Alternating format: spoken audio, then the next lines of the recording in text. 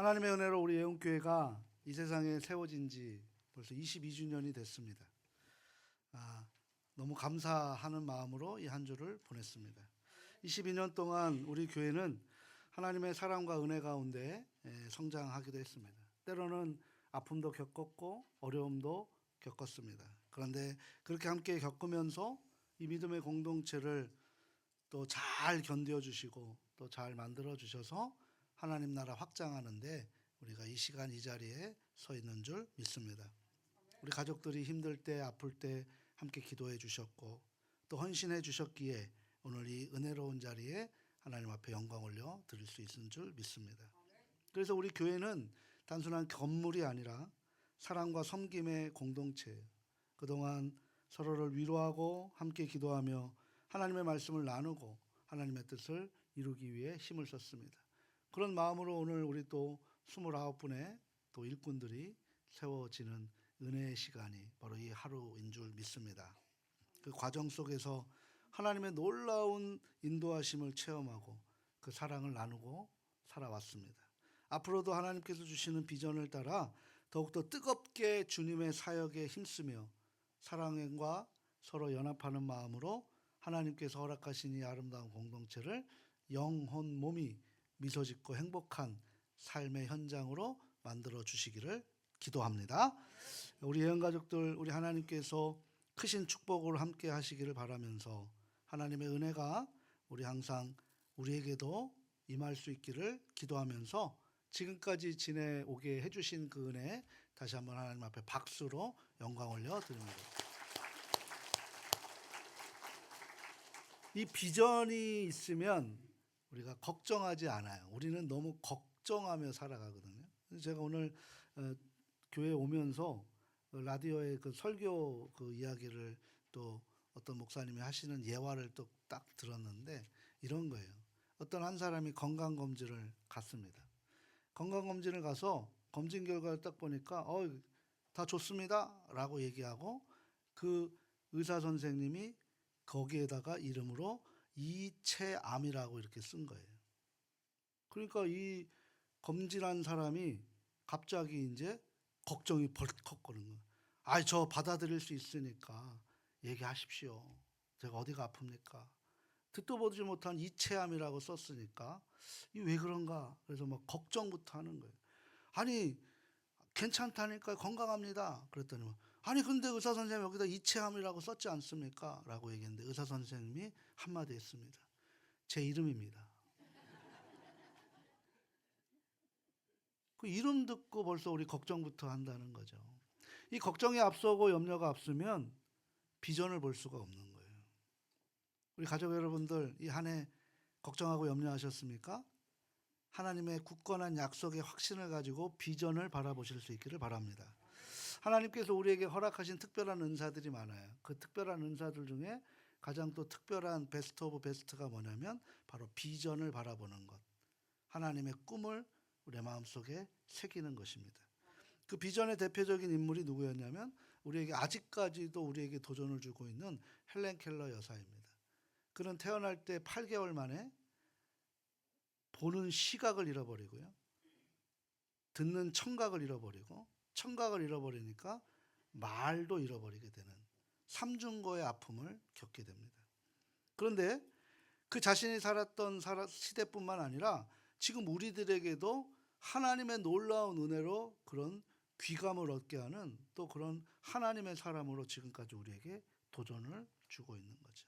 그 헬렌 켈러 여사가 가장 어려운 가운데 아픈 가운데 좌절 가운데 봤던 것은 하나님의 약속, 비전을 바라보고 살았다는 거예요. 그래서 그 헬렌 켈러 여사가 방송국에서 앵커에게 질문을 받습니다. 여사님, 눈이 안 보이고 귀가 안 들리고 말을 못 하는데 그거보다 더 불행한 일이 또 있습니까? 라고 그렇게 이야기했는데 잠시 생각을 잠기더니 그녀는 답변을 합니다. 뭐라고 답변하냐면 눈이 안 보이는 것 장애보다도 더 궁색한 것은 눈을 가졌으나 비전이 없는 것입니다 라는 거예요. 헬렌 켈러는 신체적으로 앞을 보지 못하는 시각장애인이었지만 하나님 나라의 뚜렷한 시각을 소유하고 있었던 사람이었기 때문에 그 많은 사람들보다 더 큰 비전을 품었고 그렇게 하나님 나라의 확장에 하나님 앞에서 귀하게 쓰임 받은 줄 믿습니다. 우리 가족 여러분, 비전이 어떤 의미인가요? 비전. 우리 어른들 은퇴하셨다고 해서 비전이 없을까요? 아니에요. 우리에게는 마지막 그날까지, 주님이 부르시는 그날까지 우리는 비전을 갖고 살아가야 됩니다. 그 비전은 무엇입니까? 하나님이 나에게 행하실 뜻이라는 거죠. 하나님께서 나를 통해서 이루고 그 아름다운 일을 믿음으로 바라볼 때 우리는 그 비전의 주인공이 될 수 있는 줄 믿습니다. 하나님의 은혜가 나의 삶을 통해서 이루어지리라는 것을 미리 바라보는 거예요. 우리 가족 여러분, 22주년입니다. 32주년이 됐을 때 우리 예언교회가 어떻게 변했을까요?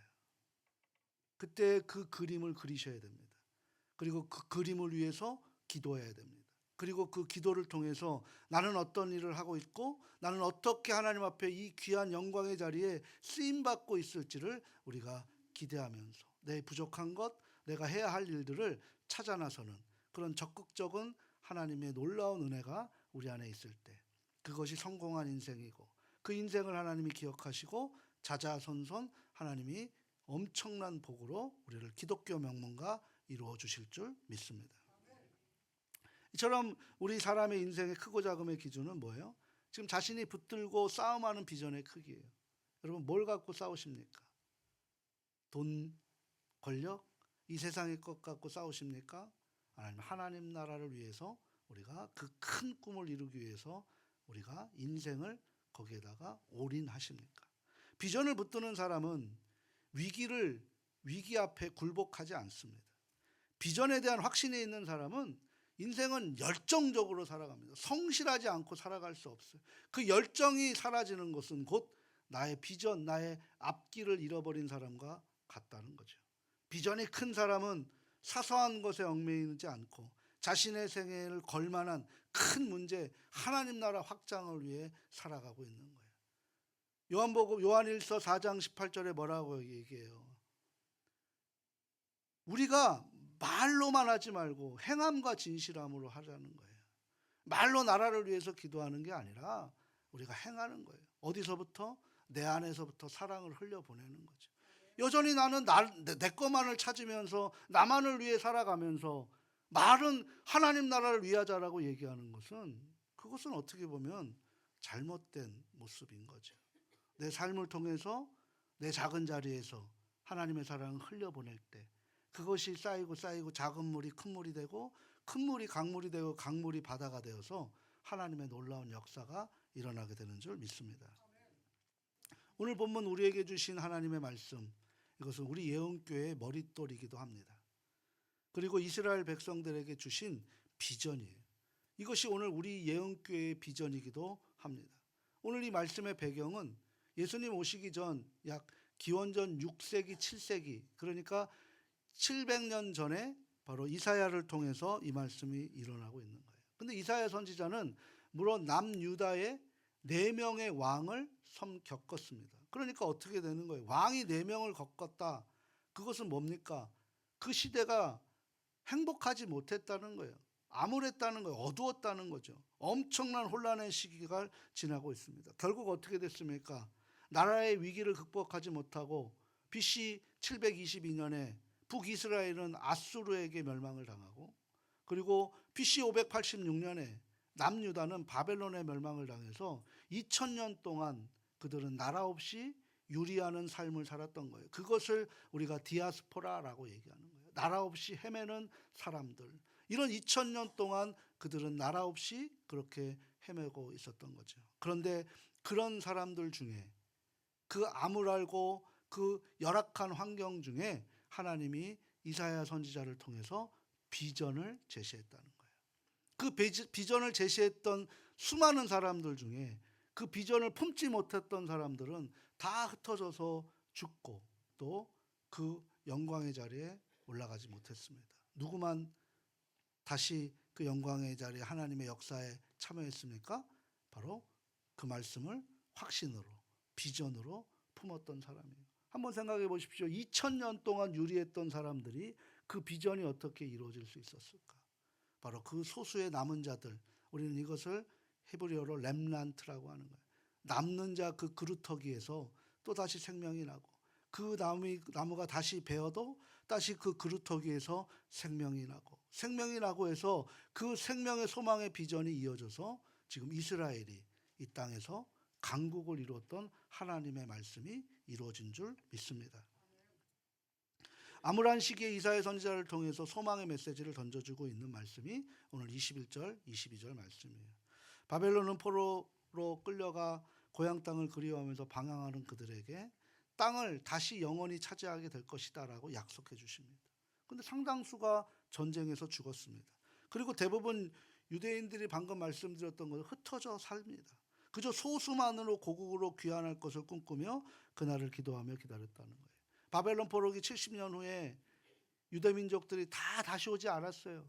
그 70년 동안 그곳에서 집을 짓고 그곳에 적응하는 사람들은 다시 고국으로 돌아오지 않아서 누구만 돌아왔습니까? 비전을 삼고 주님의 약속을 붙들고 예배자로 섰던 그 소수의 인원만이 다시 이스라엘을 재건했다라는 거예요. 그래서 이사야 선지자의 입술로 작은 자가 1000명을 이룰 것이고 그렇게 약속하십니다. 약자가 강국을 이룰 것이라고 큰 기대를 가지게 합니다. 하나님께서 택한 백성을 절대 버리지 않으십니다. 하나님께서는 여전히 세계 역사 가운데 크고 은밀한 일을 이루시는데 그들은 그리고 우리를 반드시 사용하시고자 하십니다. 그래서 선지자를 보내셔서 먼저 우리에게 뭘 알려주시냐면 비전으로 우리를 일깨워 주시는 거예요. 오늘 저의 입술을 통해서 우리 예언교회의 비전이 선포되는 줄 믿습니다. 비전을 바라보시고 믿음의 불씨를 살리시는 거예요. 이사야의 말씀은 참 어두운 시대에 어려운 환경에 처한 이스라엘 백성들에게 희망의 메시지였습니다. 그리고 그 내용은 밝고 헌합니다. 소망과 기대를 안겨주십니다. 넘어지고 실망에 빠진 사람들을 일으켜 세우시는 하나님의 방법이라는 거예요. 넘어진 사람들에게 왜 넘어졌냐라고 하나님은 책망하지 않았습니다. 만약에 책망했다라면 그들은 다시 일어설 수가 없었을 것입니다. 그러나 내 사랑하는 아들아, 내 사랑하는 딸아, 힘을 내라. 조금만 더 가면 바로 너에게 내가 약속한 그 모든 희망의 모습들이 보여질 것이다 라고 그렇게 이야기하고 있는 거예요. 가족 여러분, 어려울수록 힘들수록 아플수록 하나님의 이 확고한 약속을 붙드실 수 있기를 바랍니다. 비전을 품고 살아가는 분들은 아무리 90세가 되어도 그 비전으로 살아가게 되는 것입니다. 정말 하나님의 말씀은 이스라엘을 회복시켜 주셨어요. 역사가 지금 증명하고 있지 않습니까? 2000년이 잃어버렸던 그 나라가 다시 1948년에 재건이 되었습니다. 강력한 영향력을 가진 나라가 되었죠. 줄어든 인구가 지금 늘어나고 누구도 얕볼 수 없는 경제 대국, 강국으로 하나님께서 만들어 주셨습니다. 지금 유대인들이 전 세계의 문화, 경제, 과학, 정치, 예술 등 모든 부분에 막강한 영향력을 끼치는 강한 민족으로 하나님이 약속해 주셨던 거예요. 누구만이 그곳에 있어요? 바로 하나님의 약속을 붙들고 비전을 품었던 사람들이 그 은혜를 그 자녀들에게 이어지게 해줬다라는 거죠.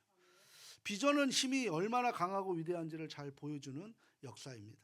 이 말씀은 실망하고 불안해하는 현대의 그리스도인들에게 그대로 적용이 되는 말씀입니다. 오늘날 같이 우리가 처해 있는 어지러운 시대에 필요한 것은 소망과 비전을 불러일으키는 말씀이기도 합니다. 우리도 한번 생각해 보십시오. 과거에 우리 사회, 세계에서 가장 암울하고 선교사들이 이 100년 전에 들어왔을 때 이 땅은 사람이 살 수 없는 그런 곳이다라고 그렇게 첫 느낌을 이야기한 적이 많았습니다. 사람들은 아무리 몸부림쳐도 가난을 벗어날 수가 없었습니다. 그래서 무엇을 합니까? 결국 술과 도박과 담배로 그런 모든 것에 빠져 있는 거예요. 온갖 전염병이 돌고 불행의 그림자가 짙게 드리우고 집집마다 그 굶주림이 비참하게 살았던 시대가 100년 전에 우리 역사의 이야기예요. 이런 아픔의 시대에 빛과 같이 복음이 들어온 것입니다.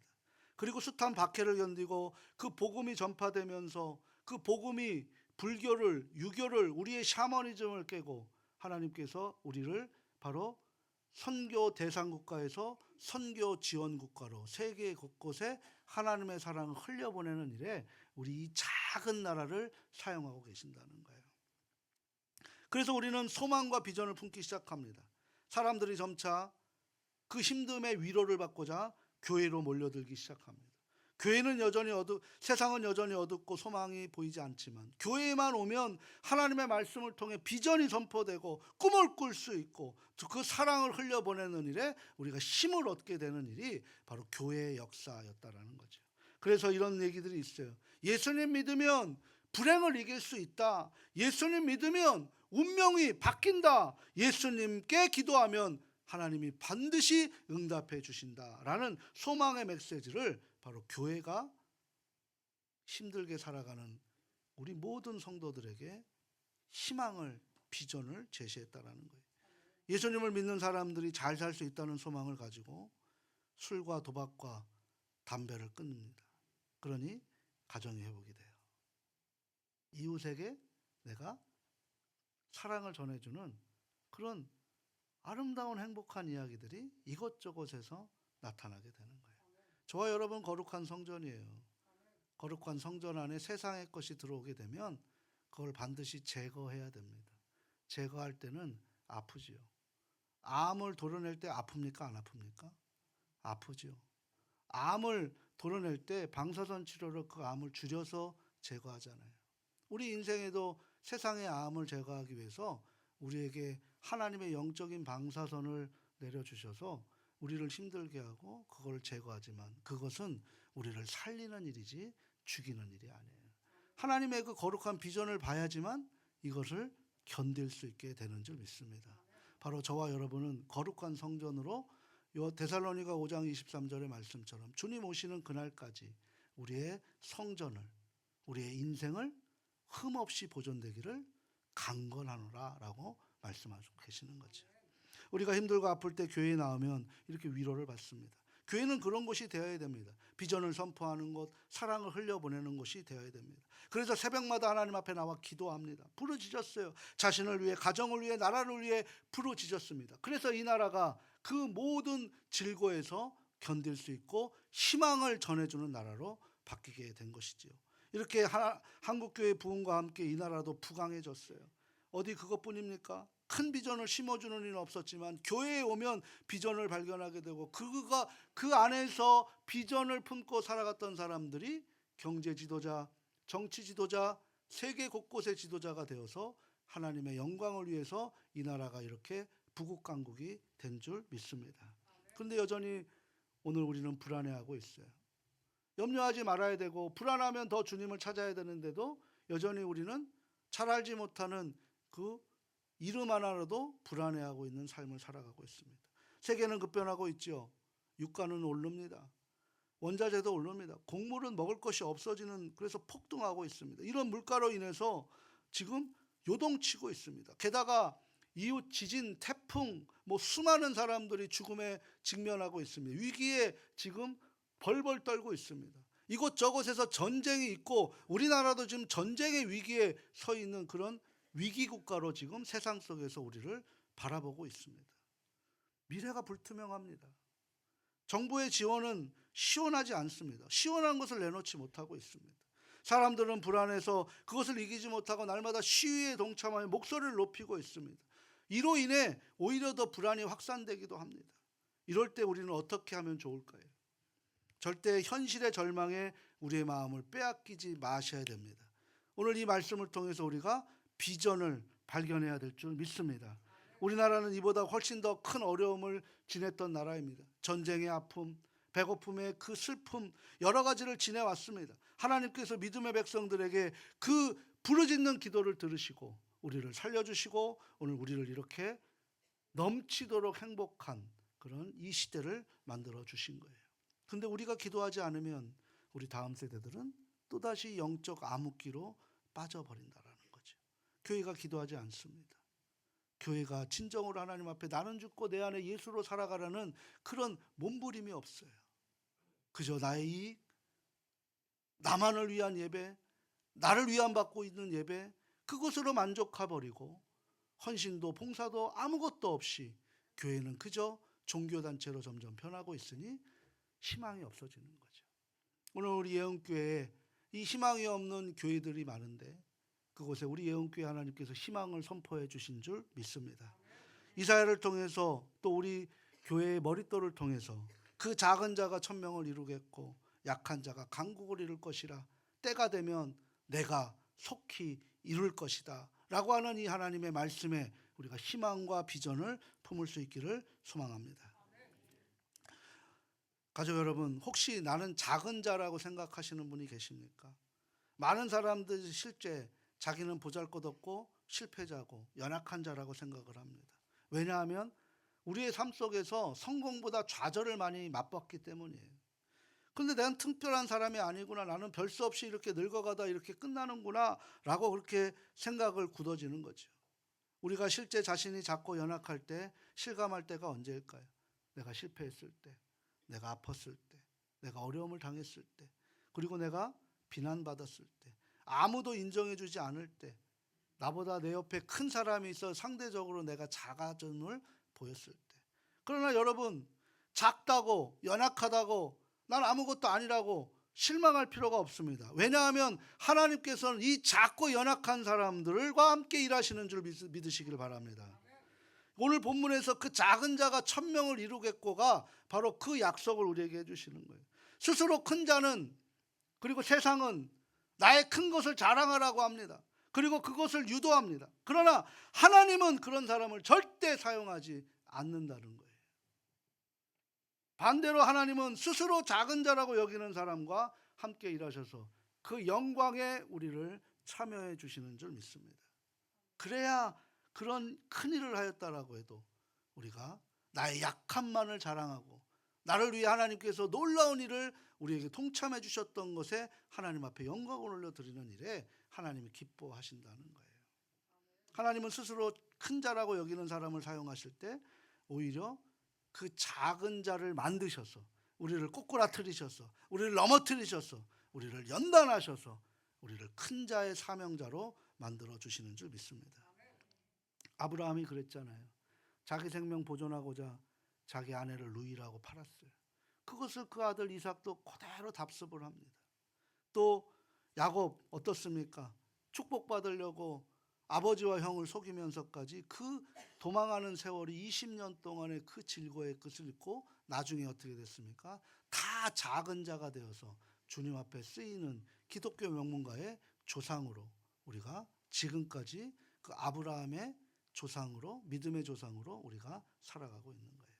하나님께서 우리도 이처럼 중요한 사람으로 변화시켜 주시겠다고 이 예언궤를 세우실 때 선포하셨다는 거예요.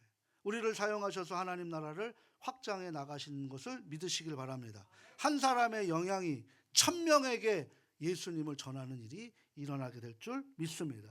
한 사람으로 인해 불행한 1000명, 죽어가는 1000명이 하나님 나라로 인도되는 그런 축복의 인도자로 우리가 사용될 줄 믿습니다.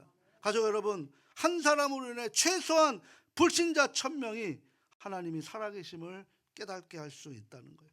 사단의 지배를 받고 살아가는 그 암울한 1000명의 마음에 하나님 나라를 이루기 위해서 우리 한 사람 한 사람을 하나님께서 사용하여 주신다라는 거예요. 어떻게 그런 일이 가능할까요? 성령께서 약속해 주셨던 이 약속의 말씀이 분명히 그대로 이루어지기 때문입니다. 지금까지 하나님의 은혜로 큰 비전을 주셨어요.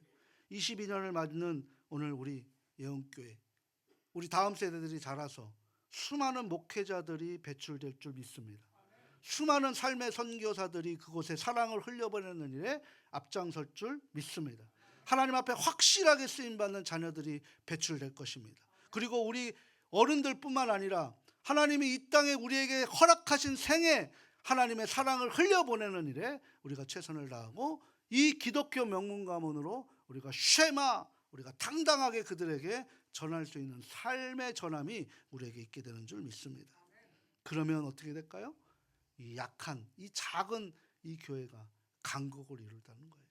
그냥 단순히 우리 교회가 1000명으로 끝나는 것이 아니라 한 영혼 한 영혼이, 한 사람 한 사람의 가족이 1000명을 구원시키는 놀라운 은혜를 우리에게 주시겠다고 이 거룩한 하나님의 확신을 더욱더 확장해서 받아들이실 수 있기를 바랍니다. 나로 인해서 1000명이 살아갈 것이야. 나로 인해서 1000명이 구원받을 것이야. 그럼 나는 어떻게 살아가야 될까요? 내가 여전히 세상에 겁먹고 세상에 두려워서 죽고 사는 것 때문에 벌벌 떨고 살아가야 됩니까? 내 걱정거리, 그것도 안 해도 될 걱정거리를 미리 걱정하면서 살아가야 됩니까? 그 염려, 걱정 주님께 맡기고 나는 하나님의 약속을 믿고 하나님이 우리를 이끌어 주실 것이다라는 그런 믿음의 확신을 가지고 내가 죽는 그날까지 1000명을 하나님 앞에 올려드린다는 사명을 가지고 우리가 이 예언교회가 만들어질 때, 그 사랑이 흘려보내질 때 하나님의 놀라운 역사가 우리의 가족들에게, 우리 이웃들에게, 우리의 가문들에게 모든 것이 하나님께서 그 영광 받으시면서 우리를 가장 좋은 것, 가장 선한 것으로 이끌어 주실 줄 믿습니다. 사랑하고 소중하고 존경하는 가족 여러분, 성경에는 기적의 역사들이 많이 나와 있습니다. 홍해를 가르죠. 죽을 병을 고치십니다. 심지어 죽은 자도 살리십니다. 또 귀신을 쫓아내는 역사가 성경에 있어요. 근데 문제는 지금 우리가 그 기적을 그저 성경의 역사로만 받아들이고 있다는 사실입니다. 우리의 실상은 그러면 어떻게 될까요? 주저앉게 되는 거예요. 이때는 이렇게 부럽다. 수많은 간증자들이 있으면 그 간증을 통해 하나님을 만났던 그 만남의 기점이 어디 있는 것을 그걸 바라봐야 되는데, 이렇게 하면 이 문제가 해결되겠구나, 저렇게 하면 저 문제가 해결되겠구나 라고 하는 잘못된 간증의 방법론을 가지고 우리가 자칫 잘못하면 실패한 인생이 되어버리고 만다는 거예요. 성경의 역사는 과거의 일이 아닙니다. 오늘의 일인 줄 믿습니다. 우리들의 일인 줄 믿습니다. 우리들의 은혜인 줄 믿으시길 바랍니다. 이 성경의 기록을 하나님의 은혜로 힘있게 사는 것입니다. 자신과 현실의 일을 받아들여서 그 하나님의 은혜를 누리고 살라고 성경 말씀을 우리에게 주신 줄 믿습니다. 그런데 그 은혜를 누리지 못하고 사는 사람들을 굉장히 많습니다. 그 이유는 무엇입니까? 바로 믿음의 눈으로 바라보지 못했기 때문인 거죠. 사랑하는 가족 여러분, 믿음의 눈으로 하나님의 비전을, 하나님이 주신 우리의 말씀을 받아들이시길 바랍니다. 그래야 겉모양을 넘어서 하나님의 뜻을 깨닫고 미래의 열매를 받아들이게 되는 거예요. 믿음의 눈으로 사는 사람은 하나님께서 기뻐하시고 항상 예수님께서 동행하심을 우리가 삶 속에서 느껴지는 줄 믿습니다. 비전, 즉 꿈을 꾸는 사람은 반드시 하나님을 감동시킵니다. 그리고 우리는 행복하게 소망을 붙들고 살아가는 거예요. 이 땅의 것이 아니라 저 하늘의 것을 붙들고 영원한 것을 붙들고 진짜를 붙들고 우리가 행복하게 살아가는 거예요. 설립 22주년을 맞이하여 저와 우리 예언 가족들이, 미래의 우리 예언 자녀들이, 그리고 우리에게 각 사람에게 1000명의 전도의 열매를, 하나님의 비전을 품고 우리가 이 귀한 시간에 결단하며 나아가는 사명자로 살아가는 삶의 선교사가 되시기를 다시 한번 주님 안에서 넘치도록 축복합니다. 우리 이 시간 좀 늦었지만 그래도 기도했으면 좋겠어요.